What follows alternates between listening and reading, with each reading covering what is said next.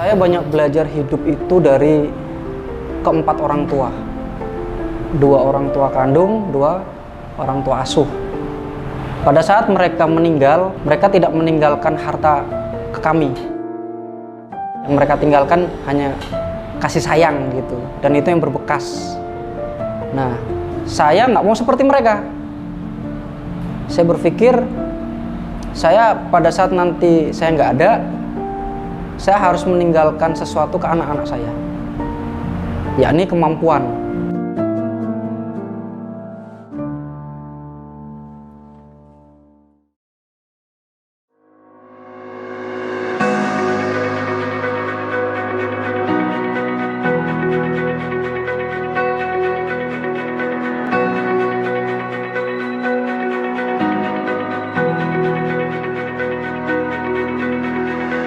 Bismillahirrahmanirrahim. Assalamualaikum warahmatullahi wabarakatuh. Perkenalkan, nama saya Budi Prasetya atau yang familiar dipanggil Budi Kacel. Usia saat ini adalah 41 tahun. Profesi saya saat ini menjadi ASN di Dinas Pariwisata Provinsi Kepulauan Riau. Saat ini juga saya menggeluti beberapa bisnis, yaitu Kacel yang fokus untuk kaos oleh-oleh, juga konveksi dan sablon, juga Usman rental mobil dan kedai kopi Joker. Bisnis seingat saya mulai itu sejak saya kuliah tahun 2000 di Jogja. Jadi pada saat itu saya bersama sahabat saya memulai bisnis dari figura poster dan segala macam. Lalu pada saat saya lulus kuliah, saya merantau ke Batam tahun 2001. Saya memulai bisnis sablon juga, tapi nggak jalan. Mereknya Denggi karena luntur dan segala macamnya. Saya juga belum ada ilmu di situ. Lalu di tahun 2008 saya memulai bisnis juga di Batam, itu bakso, mie ayam, dan kuliner lainnya dengan branding Kacel juga. Tapi karena saya tinggal di Tanjung Pinang, jadi nggak terlalu fokus di situ. Karena saya di dinas pariwisata, saya paham betul mengenai masalah apa yang sebetulnya dibutuhkan oleh wisatawan pada saat mereka berlibur ke Kepulauan Riau. Salah satunya adalah oleh-oleh. Lalu saya terinspirasi dari Dagadi Jogja. Di Kepri belum ada untuk kaos yang mengeksplorasi semua potensi Kepulauan Riau, belum ada. Lalu disitulah saya mulai coba mempelajari bagaimana memulai bisnis clothing yang terfokus untuk kaos oleh-oleh. Jadi saya pelajari betul, dan di tanggal 17 Maret 2013 lahirlah logo Kacel. Tapi belum mulai bisnis. Di situ saya belajar semua, mulai dari jenis kaos, bahan, bagaimana teknik sablon dan segala macamnya. Baru di tanggal 27 Oktober 2013 kami launching. Tapi launching pertama kali kami di rumah. Jadi ruang tamu kami setting sebagai toko. Dan 2014 itu pas tanggal 28 Maret kami pindah ke ruko. Kami mulai keluar dari rumah tuh. Jadi sudah mulai berkembang, dan di situ langsung ada workshopnya untuk produksi sendiri, dari mulai konveksi sampai sablon. Jadi murni semua di satu tempat. Saya kebetulan berasal dari Cilacap, kota paling selatan di Pulau Jawa. Saya berasal dari keluarga yang boleh dibilang kurang mampu waktu itu, karena Pak D saya dan Mama saya yang mengasuh saya sejak kecil itu, mereka tidak pernah mengenyam bangku sekolah, buta huruf. Bahkan Bapak saya, Pak D saya itu, beliau bekerja hanya sebagai tukang tambal ban sepeda di pinggir jalan. Sedangkan Mama saya hanya sebagai ibu rumah tangga. Dari situlah semangat juang saya untuk bisa berhasil di tanah rantau itu sangat tinggi.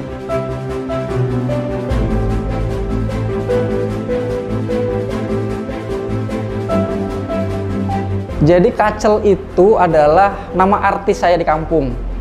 Kalau istilah bahasa Jawa di Cilacap itu paraban, atau nickname gitu ya, nickname. Jadi kalau di Cilacap itu hampir semua orang itu dipanggilnya dengan nama alias. Tapi anehnya nama alias itu tidak ada yang positif, semuanya negatif. Nah, karena di kampung ada beberapa nama Budi, akhirnya saya kebagian kacel. Nah, kacel itu adalah istilah untuk singkong yang keras, yang nggak enak. Nah, untuk di Cilacap, sebutan singkong itu budin. Bukan ubi, tapi budin. Nah, jadi budin kacel gitu. Jadi saya dipanggilnya budi kacel, singkong yang keras, yang nggak enak.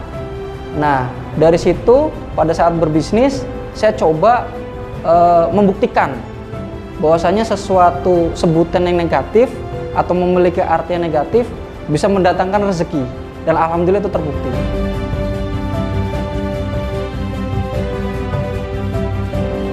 Sebetulnya yang paling unik itu adalah memulai bisnis rental sebetulnya.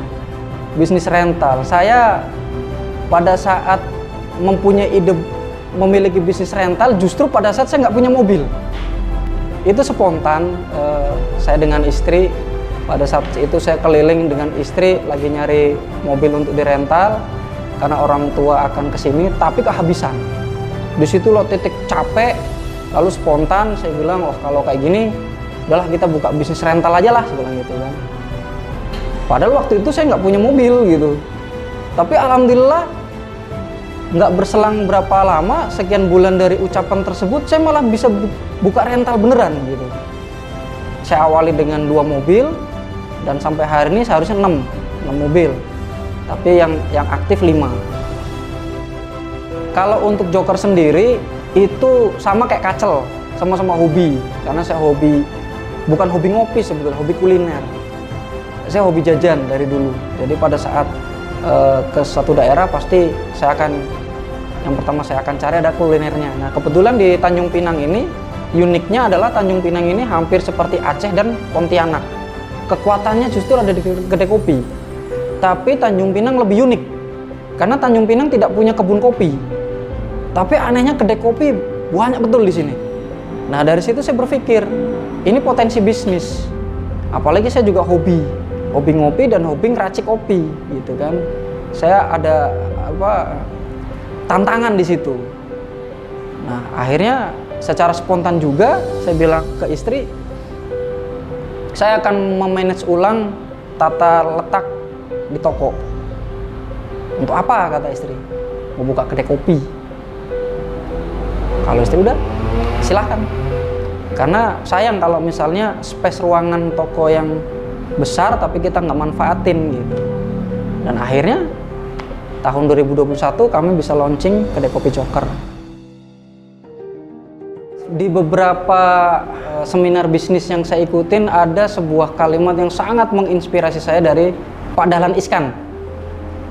Jadi beliau mengatakan seperti ini, setiap orang itu memiliki jatah sial dalam berbisnis, tapi hanya Allah yang tahu berapa jumlah jatah sial masing-masing manusia itu. Nah, pada saat berbisnis bukan rugi atau bukan bangkrut, tidak. Artinya pada saat dia gagal dalam berbisnis itu jatah sialnya berkurang satu. Jadi jangan patah semangat. Jadi saya coba memang. Pada saat saya memulai Denggi, gagal. Bakso Kacel gagal. Alhamdulillah pas di Kacel sampai hari ini justru berkembang.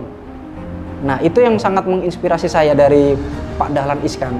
Makanya saya nggak berhenti untuk mengembangkan bisnis ke segala semua sektor yang sekiranya saya mampu. Tapi salah satu kuncinya adalah berbisnislah dari yang kita sukai terlebih dahulu. Dimulai dari hobi. Karena apa? Pada saat kita menjalankan hobi untuk berbisnis, kita tidak akan capek. Kita akan enjoy, kita akan menikmati proses itu.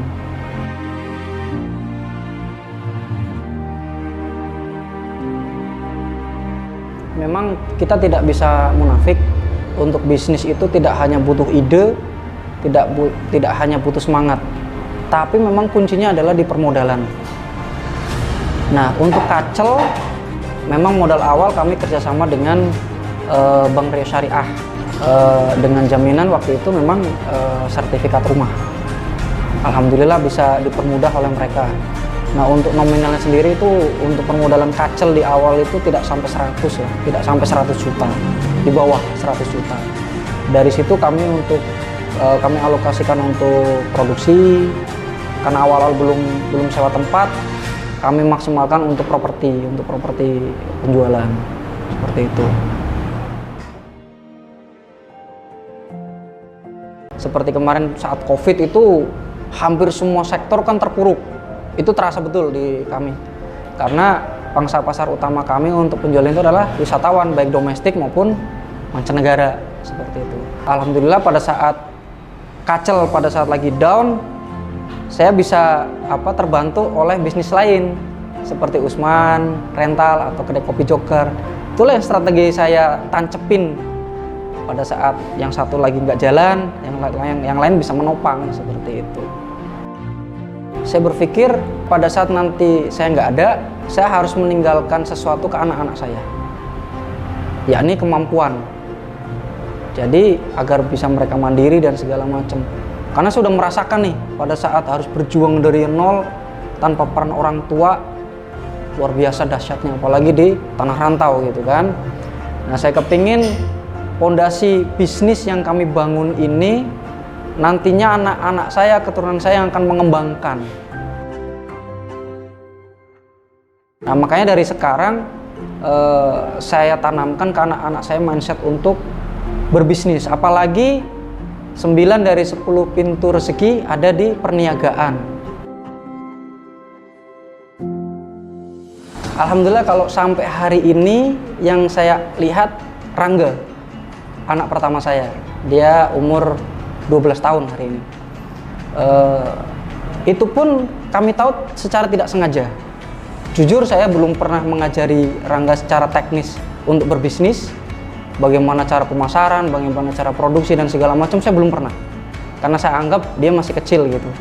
Tapi karena mungkin pengamatan dia selama sehari-hari, akhirnya terbentuk secara natural, ya kan? Dan suatu saat Rangga itu bereksperimen masak, membuat beberapa kue, antara lain ada dorayaki, ada kue jaring laba-laba, ada pancake dan crepes gitu. Lalu Rangga menawarkan ke kami untuk mencicip. Saya kira hanya hobi-hobian gitu. Setelah tahu rasanya seperti apa, lalu Rangga secara spontan dia mau jualan. Saya kira masih main-main, ternyata betulan dia jual ke teman-teman sekolahnya segala macam. Nah, sampai hari inilah Rangga saya lihat fondasi bisnisnya sudah kuat. Karena apa?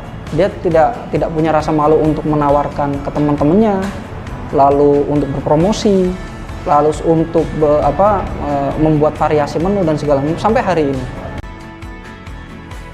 Saya dengan Leni itu hampir memiliki sejarah hidup yang sama, dan saya selalu berpegang istri adalah pakaian saya adalah pakaian istri.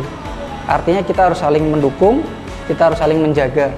Dan yang paling penting untuk dunia bisnis dan dunia karir, tanpa restu istri nggak bakalan kita sukses.